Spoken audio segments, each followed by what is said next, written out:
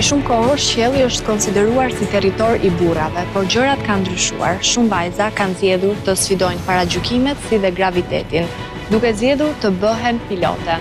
Unë sot do të takoj 2 nëntogere, të cilat shumë shpejt marrin statusin e piloteve. Shkojmë t'i takojmë.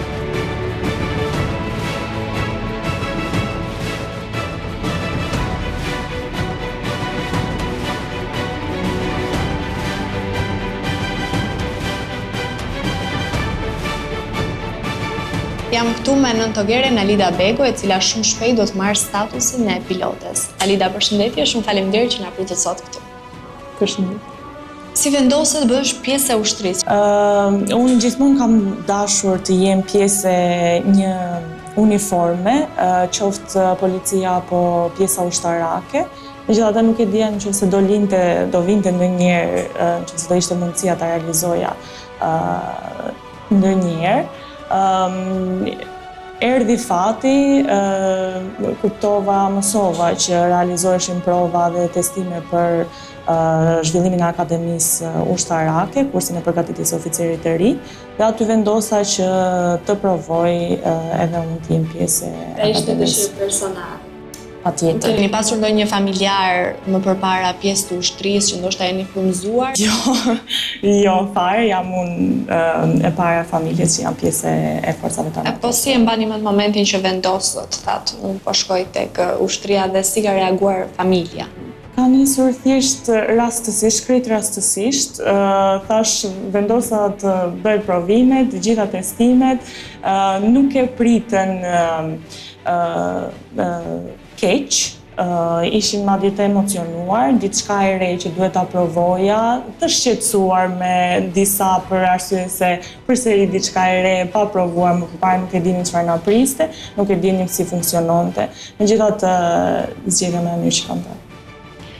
Po ju vetë kishit në mendjen tuaj sfidat me cilat mund të përballeshit, kishit disa dyshime tani apo jo, apo ishit e vendosur që donit të shkonit drejt? Po, kjo isha e vendosur që doja ta provoja dhe do të shkoja deri në fund. Ishin thjesht 9 muaj, e dija që do përballesha me vështirësi në një farë mënyre, për shkak se aktiviteti fizik, studimet kishin vështirësinë e tyre, sepse ishte diçka e paprovuar, diçka e re që nuk isha hasur më përpara, nuk kisha asnjë lloj informacioni, thjesht njohuritë e përgjithshme për atë çfarë ushtria sjell.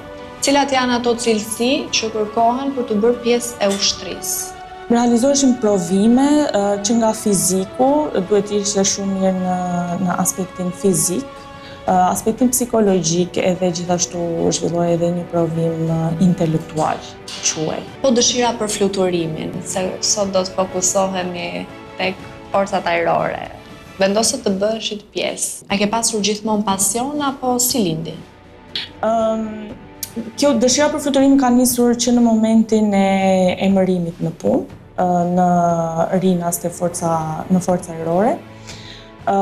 Atje isha rrethuar nga pilot, isha rrethuar nga gjithë avionet, helikopterët, dhe më lindi dëshira, mendova pse mos ta provoj edhe unë diçka kaq të pamundur në thonjza, sepse ashtu duket realisht në fillim. Megjithatë kur e provon është ndjesi krejtësisht. Ka qenë sfiduese? Patjetër që ka qenë sfiduese, që nga informacionet e reja që kemi marrë, e gjithashtu edhe praktika që kërkon edhe punën e saj. Si e kujton momentin e parë kur keni fluturuar? Momenti i parë, emocioni më i madh ka qenë kur kemi fluturuar vetëm, sepse është një gjatë procesit të kursit, është një moment kur detyrohemi duhet të marrim helikopterin vetëm në fluturim pa asnjë prezent në bord. Dhe ai ka qenë një nga emocionet më të mëdha, mbahet mend më shumë se sa fluturimi i parë. Besoj kërkon një përgatitje shumë të madhe emocionale, po si e ruani qetësinë në momente kur ndjeni të rrezikuar ndoshta ose momente stresuese? Cilat janë ato fjalë që i thoni vetes për të kaluar ndoshta frikën ose që mund të keni nga fluturimi, apo i keni shmangur këto të gjitha? Është shumë e çuditshme sepse na dëgjonim pilotat e brezit të kaluar që thoshin që kur hyn futesh në helikopter i harron të gjitha. Edhe është realisht shumë e vërtet. I harron të gjitha, çfarë do lloj emocioni, çfarë do lloj fjale, thjesht je atje me veten edhe helikopteri nda asnjë gjë tjetër. A ka pasur diferencime gjatë trajnimeve nga pilotët meshkuj me ju që jeni pilote femra? Jo, asnjë lloj, të paktën ne nuk e kemi ndjer, mund të flas edhe për kolegen time, ne nuk e kemi ndjer në asnjë lloj momenti, kemi pasur mbështetjen e duhur, kemi pasur trajtimin e duhur, jemi trajtuar pa asnjë lloj diferencë. Më thatë në fillim që prindrit, familja kanë qenë pak skeptik në fillim për shkak të sfidave që ju presin, po për fluturimin çfarë ju kanë thënë? Fluturimin ishin akoma më skeptik, më të trembur në thonjza, sepse është diçka e rrezikshme, diçka që kërkon e sfiduese, kështu që. Ju e keni hequr komplet frikën apo? Po patjetër, nuk lejohet frika në Besoj para se të nisenin në fluturim bëhen ato kontrollet. Gjitha kontrollet e nevojshme, por patjetër përgatitja e duhur para fluturimit. Më përshkruaj se si është një ditë e juaja e trajnimit këtu në bazë. Atëherë ne fillojmë punën në orën 8. Në 8:15 bëhet briefingu para fluturimit, ku merren të gjitha informacionet e nevojshme për çështje sigurie përpara fillimit të fluturimit. Ke filluar më kryesorja është meteorologjia. Për të ditur se si do jetë koha në vazhdim, kushtet e motit, dhe më pas jemi libruar në bazë të planit të fluturimit të shkojmë tek hangarët edhe tek mjeti për të bërë kontrollet e duhura para fluturimit. Dhe vazhdon fluturimi sipas të planit fluturimit. Si do ma përshkruaje fluturimin me një fjalë? Përrall. Po nga shoqëria, si reagoj kur ju thua që unë jam pilote?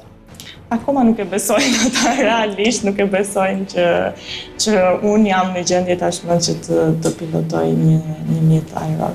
Çfarë keni për t'ju thënë gjitha atyre vajzave që mund të kenë dëshirë të bëhen pjesë e ushtrisë, por ende nuk e kanë marrë atë hapin, hezitojnë?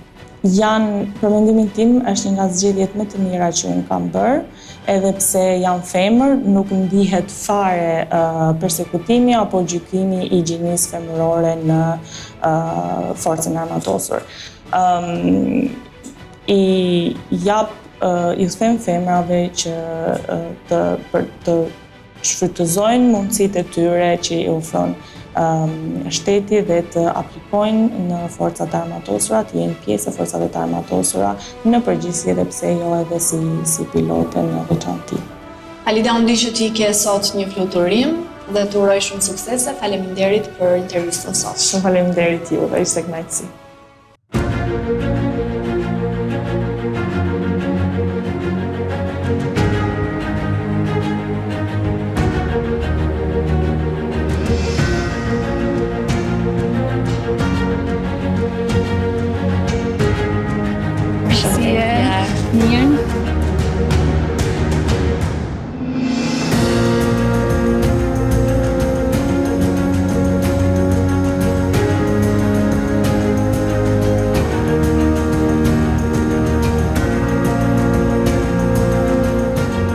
Shikoni, tani ndodhemi në kabinën e pilotit, me piloten e ardhshme Adea Ahmetaj.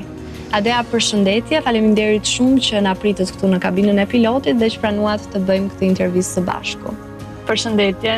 Dua të di pse zgjodhe të bësh pjesë e ushtrisë. Para 3 vitesh nuk është se ishte, domethënë kisha mbaruar universitetin dhe po mendoja për diçka ndryshe dhe vendosa bësha pjesë e ushtrisë, nuk ishte diçka e menduar. Ishte rastësore. E diskutove me dikë, me pjesëtar të familjes? E diskutova dhe ato ishin shumë, domethënë dakord, ishin pro këtij vendimi, duke qenë se edhe njëri nga prindrit është ushtarak, kështu që s'kishte se si do të është ushtarak në familjen tënde? Babai ka qenë një mbështetje. Po, ka qenë një mbështetje sidomos këtu për forca ajrore, duke qenë se ai ka qenë pjesë vetë e forcës ajrore, kështu që. Po duke qenë se je vajzë, a ka pasur një frikë ose paragjykime që s'mund ta bëje dot, ndoshta? Jo, domethënë besoj që këto paragjykimet të qenit femër kanë rënë poshtë, nuk janë më në ditët e sotme, kështu që vajzë, mashkull, plus që në ushtri dihet që nuk ka gjini, e kemi kështu si slogan. Në ushtri nuk ka gjini. A është e vështirë për një vajzë të bëhet pjesë e ushtrisë, cilat janë procedurat ose ato kriteret që kërkohen të përmbushen? Jo, nuk është e vështirë. Domethënë mjafton të kesh dëshirë, të kesh edhe vullnet edhe bëhesh pjesë e ushtrisë, nuk është problem. Para se ti të bëhesh pjesë e ushtrisë, kalon disa testime, janë testimet fizike, shëndetësore dhe bëhet edhe një testimi i gjuhës angleze. Cila është faza më e vështirë e përgatitjes për në ushtri? Është përgatitja fizike në tërësinë, nëse ti nuk je marrë më përpara dhe janë rregullat dhe domethënë që duhet ti të bëhesh pjesë të adaptohesh me to, sepse domethënë është disi strikte. Domethënë ti vjen nga një botë civile dhe vjen këtu dhe ke disa rregulla që duhet të jesh shumë e përpiktë ti ndjekësh. Pra më thatë që keni 3 vite që jeni pjesë e ushtrisë, por si lindi dëshira për të bërë pjesë e aviacionit? Keni pasur pasion fluturimin?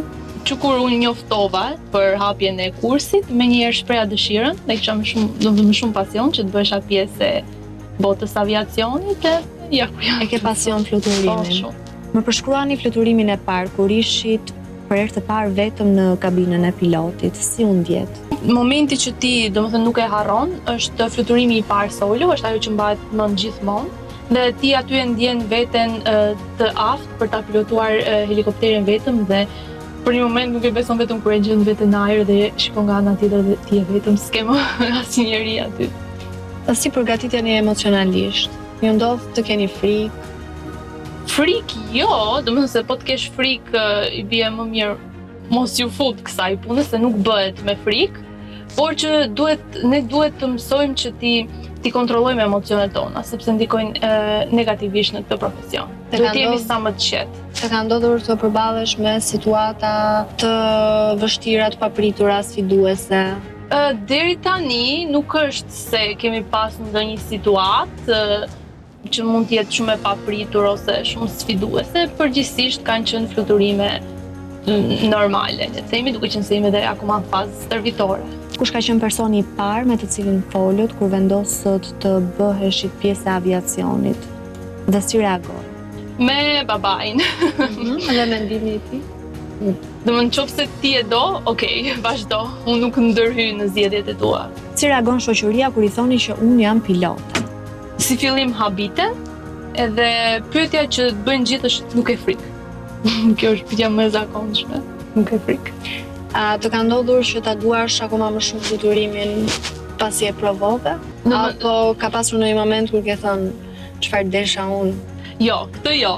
Jo, por me kalimin e kohës, kur ti vazhdon dhe ja merr dorën dhe perfeksionohesh, atëherë ti fillon edhe e do më shumë si gjë. Nuk ikën dëshira. Cili është synimi që kërkoni të përmbushni si pjesë e ushtrisë, synimi më i madh për të ardhmen? Domethënë qëllimi më i madh është që të kem sa më shumë misione të suksesshme.